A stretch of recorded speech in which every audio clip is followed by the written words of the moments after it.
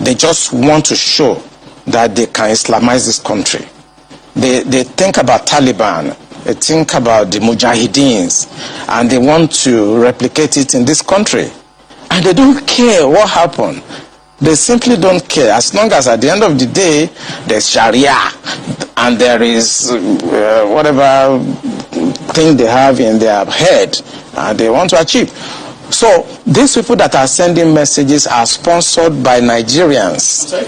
You remember this Boko Haram issue started since 2012. Yeah. And I was in the military intelligence that time. We arrested those people. It is my organization that actually conducts interrogation and interview. And they mention names.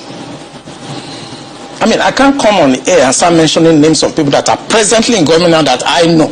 Presently in government. That the boys that we arrested mentioned. Some of them are governors now. Some of them are in the Senate. Some of them are in Asu Rock. The intention is to Islamize Nigeria and practice Sharia. And it doesn't matter if some people die. It doesn't matter if you're embarrassed. It doesn't matter if our economy has degenerated. Look at the interest rate. Look at the inflation rate. Look at the debt profile of Nigeria. They don't care. As long as at the end, the Quran is at the sea. So some people in this country have this mindset. And we must tell the truth. If you tell the truth, you die. If you don't tell it, you die. Some people have this mindset to Islamize the nation. And they are in the government. And people know them. The DSS know them. The NIA know them. The DIA knows them. There are a group of people in this country that feels that this country should be Islamized. This is a fact. I say you want me to start mentioning names of people in this government that we have interrogated. I was a member of an interrogation team, and I've interrogated a very high-ranking member of this government in 2007, 2008 on the issue of Boko Haram. I interrogated him. He's in this government right now. And what was the issue? Boko Haram. And this senior officer was actually let go because he was found culpable. But right now he's in the government. You see, we must say the truth, because if you don't, this country is going down the precipice. We have been set back more than 60 years right now. We've gone back to the time before 1966 now. And whoever is coming back to repair this country has a lot of work to do. This country has never been polarized, so we cannot run away from it. We have never been this much polarized. I'm a federal person. My mind is federal. My brain is federal. My loyalty is federal. I do things for the federal government. So I cannot come here and try to be sentimental. No, I'm a federal person. So will your life be at risk now that they're hearing you? I don't care. I don't care. And my colleagues, they know me. Those people that listen to me, they know me. I don't care. The issue is that this country is bigger than individual. That is the issue. This country is bigger than individuals. Buhari will come and go. Eliminating me or killing me will not solve the problem and will not add value. But he will come and go, and somebody must come and repair the damage to the psyche of this society, the damage to the polarization, to the nepotism that I've never seen in my life. I work with all these presidents. This is the worst situation I've found myself. And believe me, internet does not forget. I was part of the people that helped to bring Buhari to government because I believe in him. Have you worked with the government after that? After you helped bring the government? Oh, of course, I worked with him. We brought him in 2015, and I work as the Deputy Director of Defense Administration, and we have a lot of hope in him. And we actually are ready to do anything for him. What he has turned out over the years is shocking to us.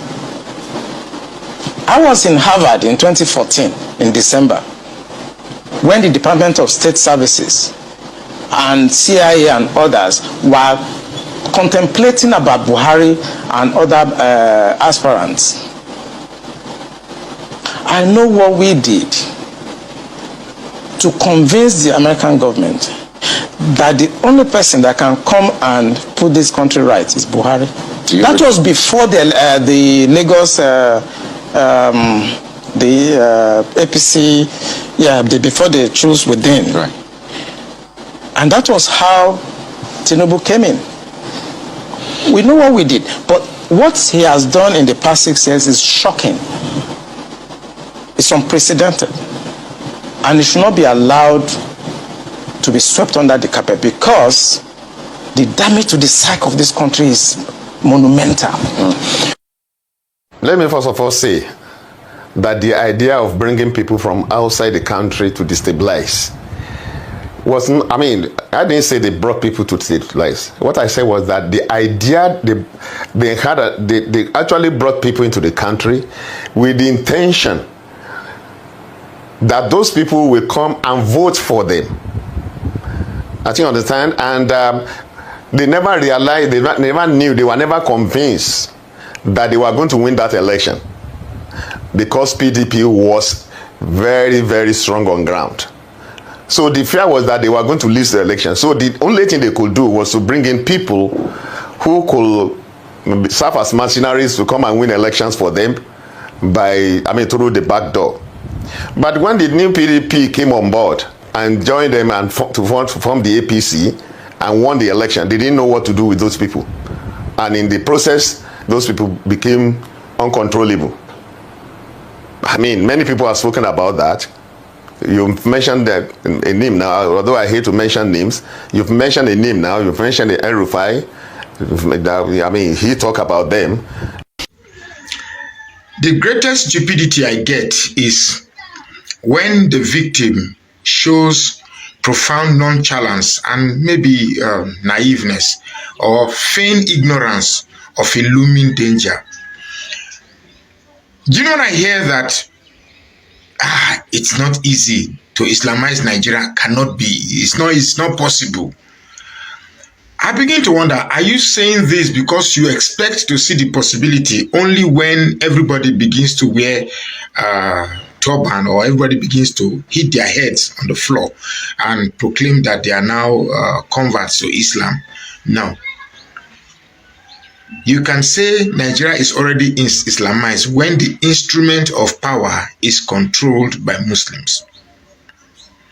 Now, to understand the psychology behind the people that wants to Islamize Nigeria, you must ask yourself this.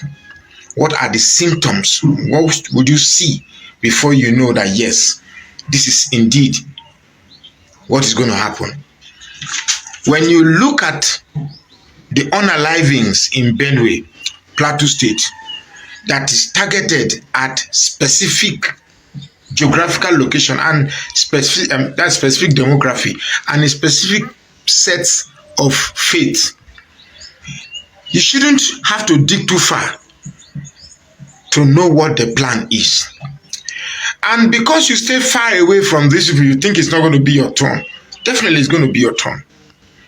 Now, if you know, I have seen videos of people confessing that government is behind what they are doing. Now, Jonathan, at one point in time, said that his cabinet is infiltrated by Boko Haram.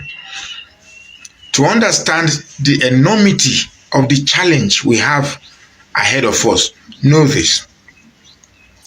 I want to talk to the people that are inflicting this burden on Nigerians. What will it look like if everybody in the world is a Muslim? If Christianity never existed? What will it be like? Because I have a mind that roams, a mind that thinks deeply, a mind that profoundly, play with thoughts. So that's what I do. What will happen if the whole world are Muslims? Will the peace that you claim you have eventually be realized? Will the wars stop? Will the unalivings indiscriminately stop? Would you not start looking for reasons to unalive, since the symbol that promotes you are two swords crossing each other? Suppose the whole world, everybody in the world is a Christian. Would that bring the peace? Would the unaliving stop? Will the mayhem and chaos stop? There's one other question I want to ask. Suppose on a Friday, you put a well-dressed Christian into a mosque and put him into a mosque. And on a Sunday, you put a well-dressed Muslim into a church. And on Friday, the Christian man in the mosque shouts, "Muhammad is an idiot." And on Sunday, the Muslim man in the church shouts, "Jesus is an idiot." Which of these two people will come out alive? Is it the Christian man in the mosque who says Muhammad is an idiot, or the Muslim man in the church who says Jesus Christ is an idiot? Who will come out alive? Now, I'm asking this question so that you will understand the ideology that drives the minds of the people that wants to put this system into the minds of the people that wants to force you into being what you don't want to be. Now, the whole idea is about control. It's about control. When they tell you, I'm being very choosy about my word because I don't know how to refrain myself from saying what's in my head. After all, Facebook said, what's in your mind? So I'm saying what's in my mind. This whole thing that you're seeing, the sudden unaliving in Nigeria, is about command and control. And trust me, it was the people behind it went to a panic mode. And I'll tell you when it all started.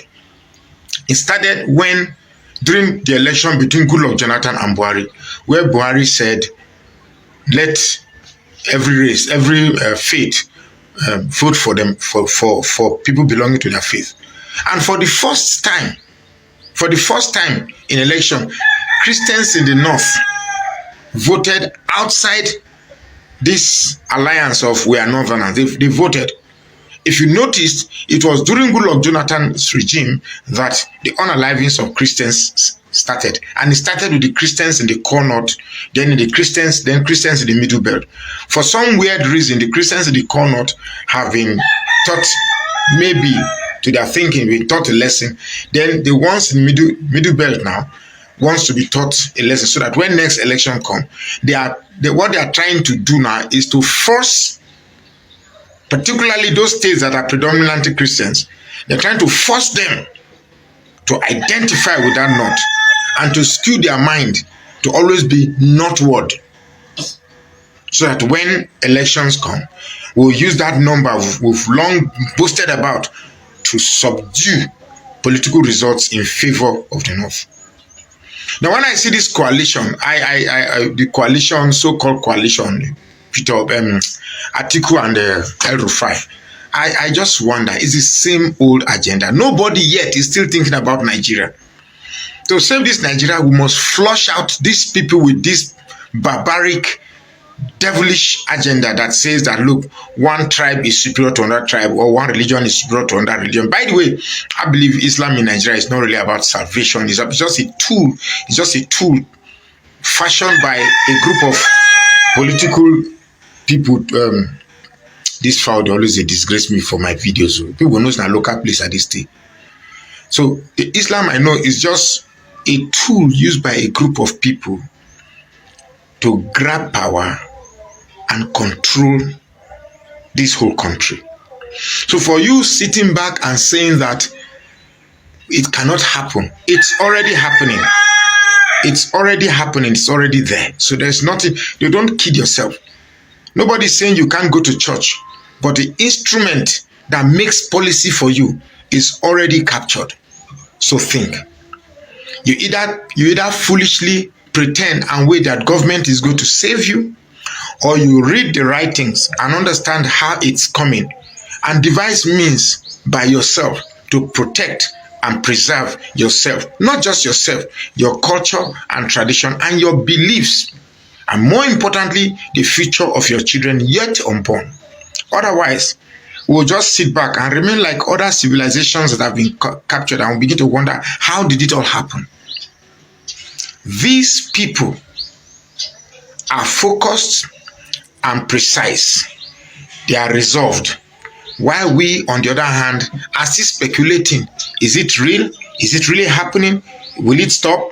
Will it this? Will it that? You get me? We are fighting over petty things that are mundane and not exactly beneficial to us and don't even provide hope for the future for us. And yet we keep doing it.